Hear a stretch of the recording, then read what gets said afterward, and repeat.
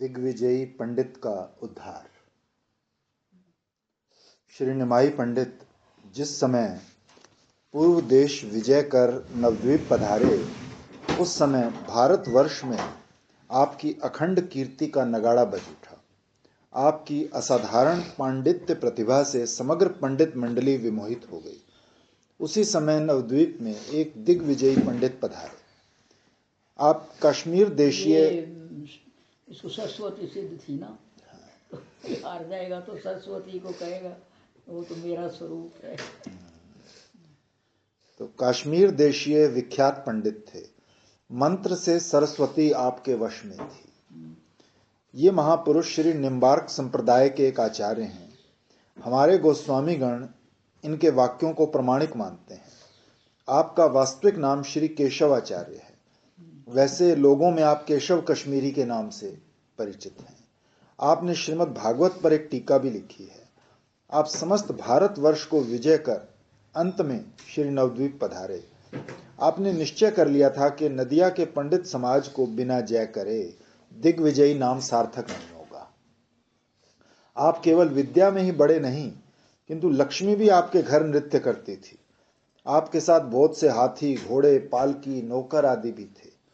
आपने श्री गंगा तट पर एक स्थान में डेरा डाल दिया और समस्त नदिया नगरी में इस बात की घोषणा करा दी कि नदियावासी पंडित गण या तो हमसे आकर शास्त्रार्थ कर हमें परास्त करें, अन्यथा चुपचाप विजय पत्र लिख कर दे दें। श्रीमन महाप्रभु से भी कुछ लोगों ने जाकर ये सब वृतांत सुनाया तो श्री हरि मधुर मुस्कुराकर बोले, भाइयों, ये सिद्धांत है कि ईश्वर अहंकार सहन नहीं करते।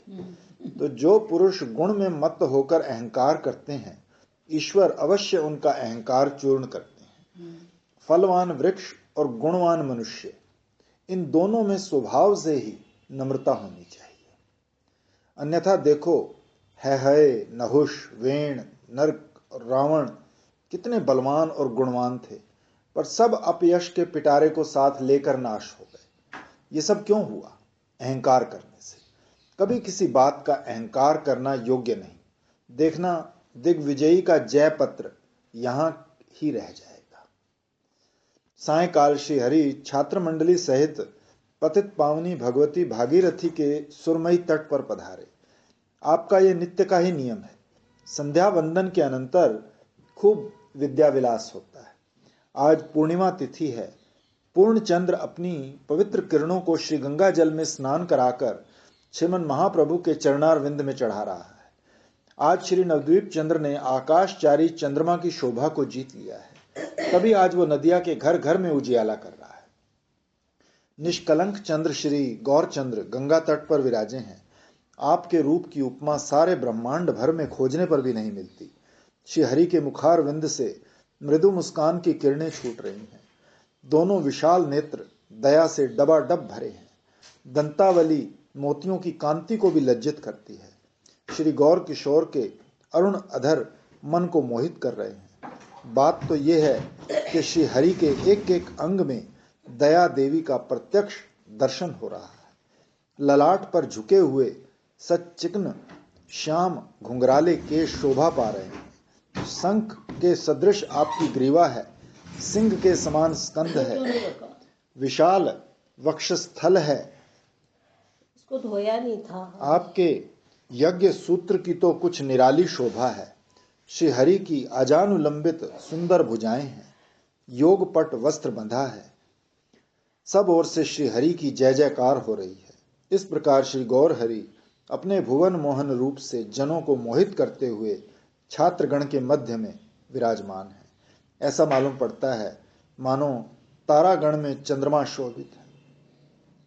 नदियावासी सौभाग्यशाली नर नारी श्री हरि को निर्निमेष नयनों से निहार रहे हैं और श्री हरि की सुधामय वाणी को श्रवण कर अपना जन्म सार्थक बना रहे हैं। इसी समय हठात दिग्विजय पंडित भी वहां पधारे। श्री गौर किशोर के दर्शन कर एकटक देखते ही रह गए और मन ही मन विचारने लगे, अनेक पुरुष मैंने देखे, पर ऐसा रूप तो किसी का आज तक देखने में नहीं आया। उसी से समझ आता ना। धन्य धन्य करतार तेरी करतूत, ये रूप, ये विद्या दोनों आपने क्या इस ब्राह्मण किशोर के लिए ही रची थी? श्री गौर किशोर के अद्भुत रूप का नशा दिग्विजयी पंडित को चढ़ गया।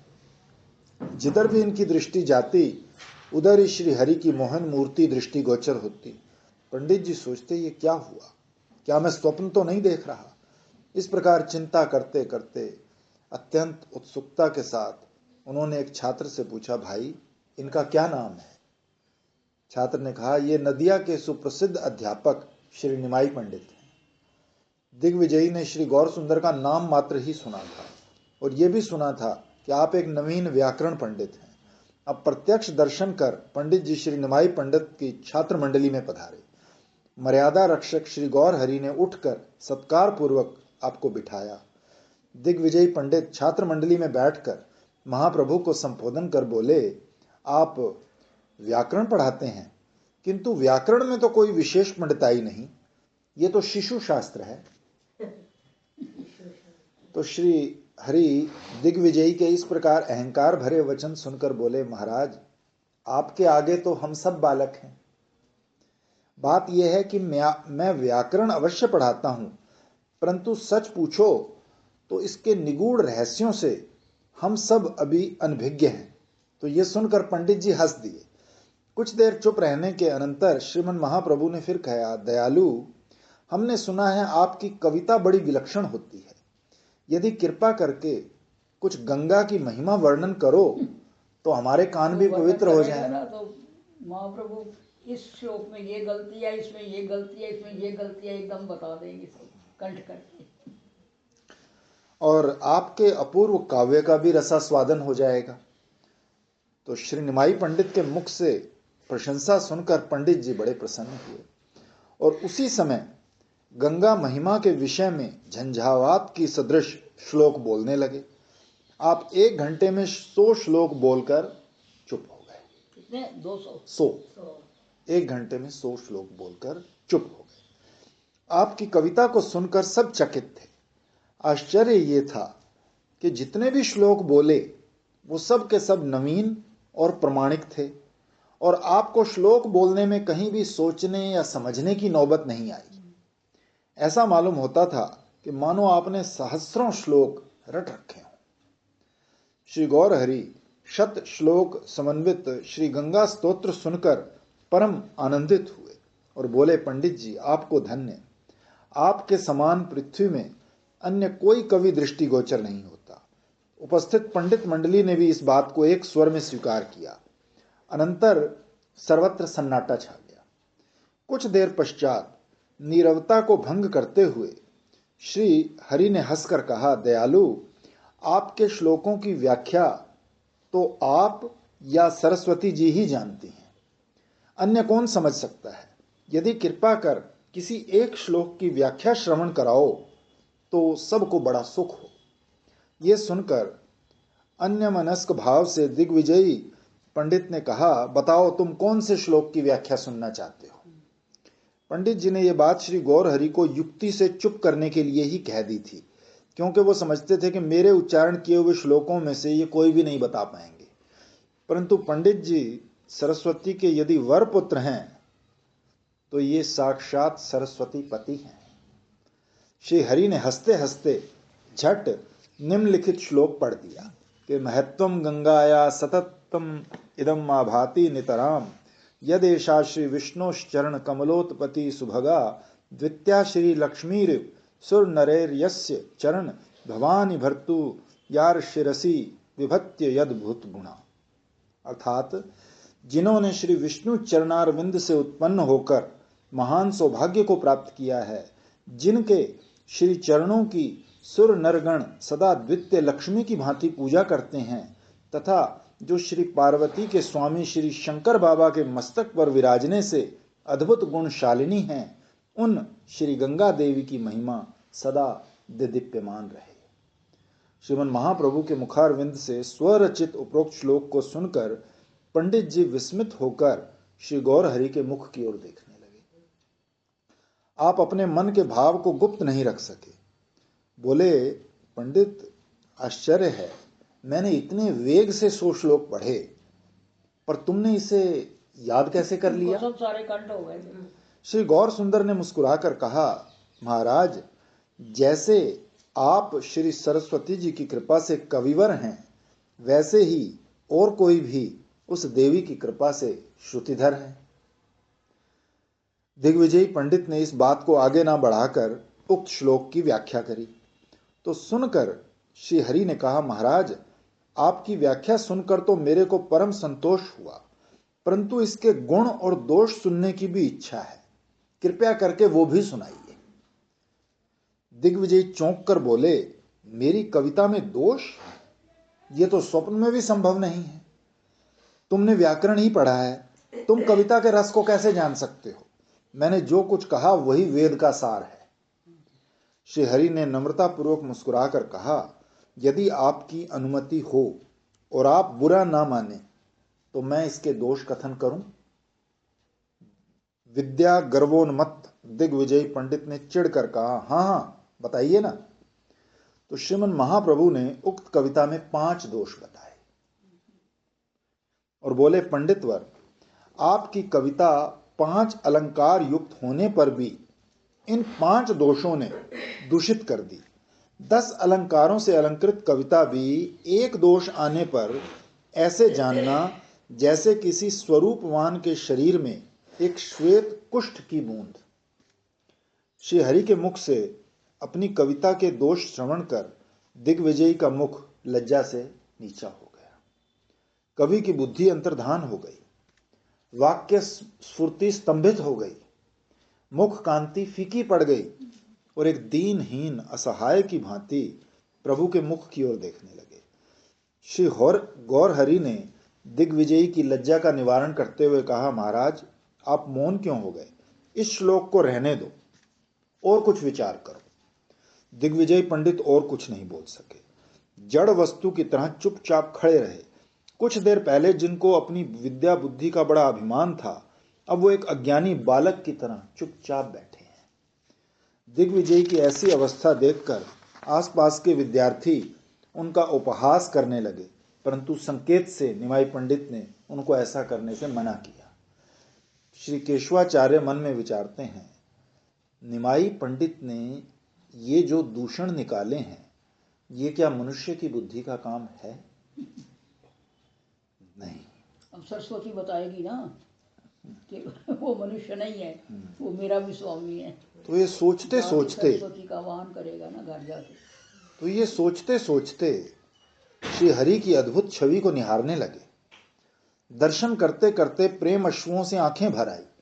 फिर मन में फिर सोचने लगे, क्या ये मनुष्य हैं? ये रूप और ये गुण, ये मनुष्य में तो संभव नहीं। श्री गौरचंद्र तो दया से भरपूर हैं। जहां जीव को दुखी देखा और आपको दया आई।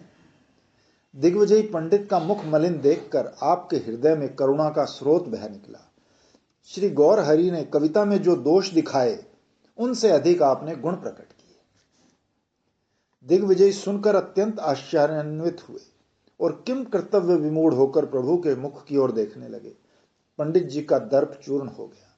अब आपने बड़ी नम्रता के साथ प्रभु से कहा, निमाई पंडित, आपकी व्याख्या सुनकर मैं तो आश्चर्य हूं। आप अलंकार पढ़े नहीं, फिर भी ये विलक्षण अर्थ कैसे किए? रंगीले ठाकुर मृदु मुस्कुराकर बोले, पंडित जी, मैं तो अपनी ओर से कुछ कहता नहीं, जो कुछ सरस्वती कहलाती हैं वो कह जाता हूं। ये सुनकर केशवाचार्य ने निश्चय कर लिया कि मेरे से अवश्य श्री सरस्वती जी का कोई अपराध बना है, तभी एक बालक के द्वारा मेरा अपमान कराया। आज ध्यान जप करके श्री सरस्वती से पूछूंगा कि मेरे से ऐसा कौन सा अपराध बना जिससे मेरा अपमान हुआ है। वास्तव में बात तो यह है कि श्री सरस्वती ने ही विचार समय में इनकी बुद्धि आच्छादित करके इनसे श्लोक अशुद्ध करा दिया था। यदि सरस्वती जी ऐसा ना करती तो इनका मद कैसे चूर्ण होता, और मद चूर्ण हुए बिना भगवान कैसे मिलते? श्री सरस्वती उपासना निष्फल हो जाए, ऐसा संभव नहीं। धर्म रक्षक श्री हरि धर्म मर्यादा का पालन करते हुए कुछ देर पश्चात फिर बोले, महाराज आप धन्य हैं। आपकी कविता क्या है, साक्षात गंगा की धार है। दोष गुण तो कविता का धर्म है, उसके लिए आप चित्त में कोई क्षोभ न करना। भवभूति, जयदेव, कालिदास आदि महाकवियों की कविता में भी दोष गुण मिलते हैं, परंतु इतने वेग से कविता करना ये तो आपकी शक्ति है। कृपया कर मेरे शिशु चापल्य को आप क्षमा करना, मैं तो आपके शिष्य के बराबर भी नहीं हूं। अच्छा, अब बहुत समय हो गया, आपको भी देर हो रही होगी, कल फिर दर्शन देना, अब आज्ञा दीजिए। श्री हरि की मिष्ट भाषा का पान कर दिग्विजयी पंडित अपने स्थान को पधारे। इधर श्री निमाई पंडित भी अपनी शिष्य मंडली सहित घर को आए। दिग्विजयी महाशय ने घर जाकर यथा विधि श्री सरस्वती का पूजन किया, अनंतर जप करते करते सो गए। आपकी आंख लगी थी कि आप क्या देखते हैं कि सामने श्री सरस्वती जी खड़ी कुछ कह रही हैं। विप्रवर सुनो, ये मैं तुमसे वेद गोप्य कथा कहती हूं, इसे प्रकट मत करना, कारण कि गुप्त सिद्धांत कहने से आयु क्षीण होती है। जिनसे आपकी पराजय हुई वो अनंत ब्रह्मांडों के अधीश्वर हैं। मैं तो उनके चरणारविंद की नित्य दासी हूं, भला मैं उनके सम्मुख कैसे हो सकती हूं। विप्र, तुमने देखा नहीं कि मैं उस समय तुम्हारी जिह्वा पर भी थी, परंतु श्री गौर हरि के सम्मुख मेरी बोलने की सामर्थ्य नहीं हुई। मैं तो किस गिनती में हूं, शेष भगवान सहस्र मुंह से भी जिनकी कीर्ति गाते हैं वो पर पार नहीं पाते। ब्रह्मा रुद्र जिन श्री हरि की उपासना करते हैं, परंतु फिर भी उनकी महिमा का अंत नहीं पाते। भला सोचो, फिर हम तुम उनको कैसे जान सकते हैं। जो परब्रह्म नित्य शुद्ध अखंड अविनाशी परिपूर्ण सबके हृदय में निवास करते हैं, भक्ति ज्ञान विद्या शुभ अशुभ के जो दाता हैं, जड़ चेतन जिनकी आज्ञा से उत्पन्न और प्रलय होते हैं, वही श्री हरि नदिया में निमाई पंडित के रूप में अवतीर्ण हुए हैं। ब्रह्मा से लेकर मच्छर पर्यंत यावत सुख दुख जीवों के लिए विधान किए गए हैं, सब इन्हीं की आज्ञा से किए गए हैं। मत्स्य कूर्म जो भी अवतार हुए हैं वे सब यही तो हैं। इन्हीं श्री गौर हरि ने तो वराह अवतार लेकर पृथ्वी को स्थापित किया है। इन्होंने ही श्री नरसिंह का रूप धारण कर प्रहलाद भक्त की रक्षा करी है। इन्होंने वामन रूप में दानवीर बलि के यहाँ भिक्षा मांगी है। इन्हीं श्री हरि के चरणारविंद से तो पतित पावनी भगवती भागीरथी प्रकट हुई है। इन्होंने अयोध्या में आविर्भूत होकर रावण आदि निशाचरों का संहार किया है। यही श्री हरि नंद नंदन वसुदेव नंदन है। वही सर्वावतारी श्रीमन महाप्रभु विप्रकुल में श्री नदिया नगरी में प्रकट होकर विद्या विलास में मग्न है। वेद भी उनके अवतार को नहीं जान सकते। जिस किसी को वो श्री हरि की कृपा कर जनाते हैं वो जानता है, अन्य नहीं। विप्र, आपने जो मेरा मंत्र जप किया है उसका फल केवल दिग्विजय कर लेना ही नहीं है, परंतु उस मंत्र का ये फल है कि तुमको अनंत ब्रह्मांडों के अधीश्वर के आज साक्षात दर्शन मिले। वत्स, तुम शीघ्र जाकर गोलोकनाथ श्री गौर हरि के चरणारविंद का आश्रय लो। इसको केवल स्वप्न ही न मानना, ये तुम्हारे जाप का ही फल है। जो वेदपति श्री गौर हरि का वेद गुह्य रहस्य मैंने तुम्हारे समक्ष सब वर्णन कर दिया।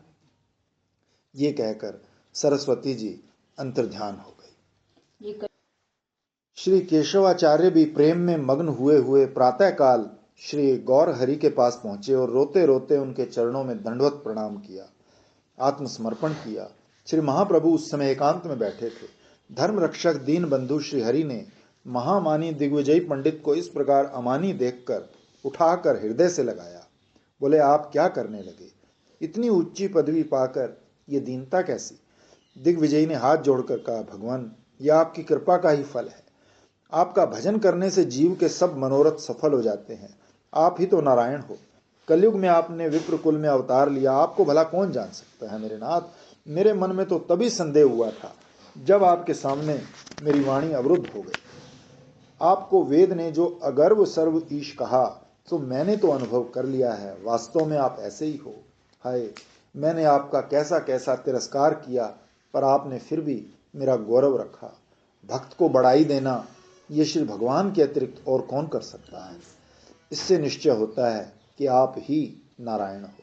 प्रभु, गौड़, तिरोहित, गुजरात, कांची आदि बड़े बड़े देशों में मेरे से शास्त्रार्थ करना तो दूर रहा, मेरे वचन समझने की भी किसी में सामर्थ्य नहीं, परंतु आपके सामने सोनिया ऐसी है।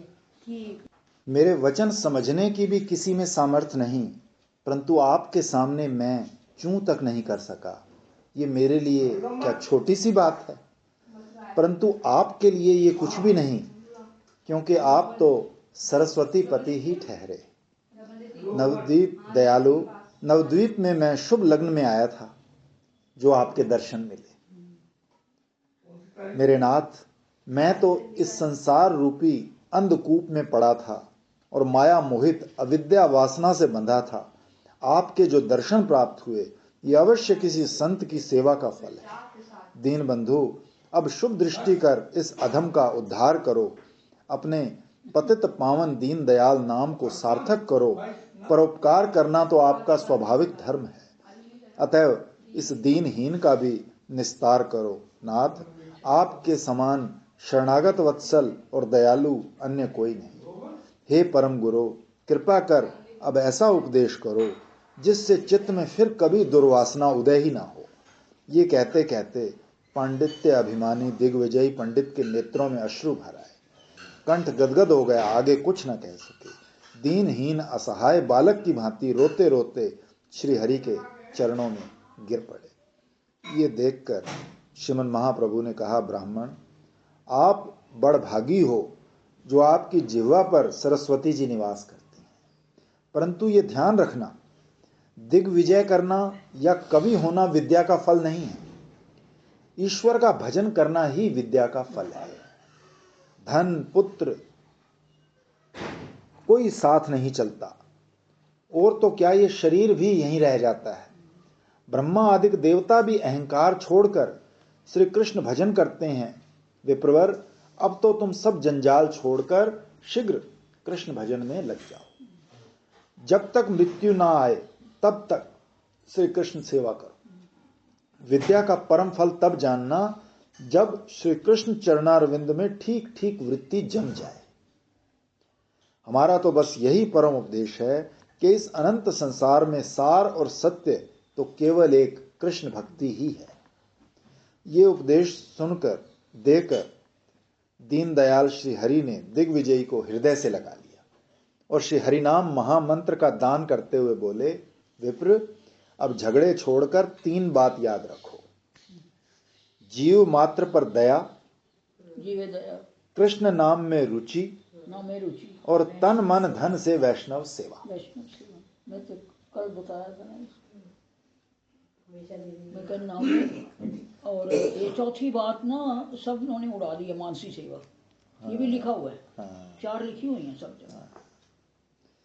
श्री केशवाचार्य ने, हाँ, एक जगह हमने उसमें पढ़ी थी, चैतन्य चरितामृत में पढ़ी थी, वहां लिखी हुई है। चैतन्य चरितामृत में लिखी हुई है, मूल किताब में लिखा मूल हुआ में है। लिखी हुई है, चैतन्य चरितामृत में लिखी है। सनातन शिक्षा है जहाँ काशी में, वहाँ लिखा है 5 चीजें लिखी उसमें, धाम सेवा, धाम सेवा भी, नामे रुचि, वैष्णव सेवा, जीवे दया और मानसी सेवा, यही छोड़ मैं और कोई भजन नहीं जानता। ये लिखा हुआ है। चैतन्य चरितामृत हमने दीदी 2 बार पढ़ी है यहाँ पर, तो उसमें वो है, ये मेरे को याद आ गया। 5 है उसमें, धाम सेवा, शायद धाम सेवा भी लिखा है कुछ ऐसा भी, धामवास होगा। श्री केशवाचार्य ने श्री हरि के उपदेश को कंठहार बना लिया। प्रभु की कृपा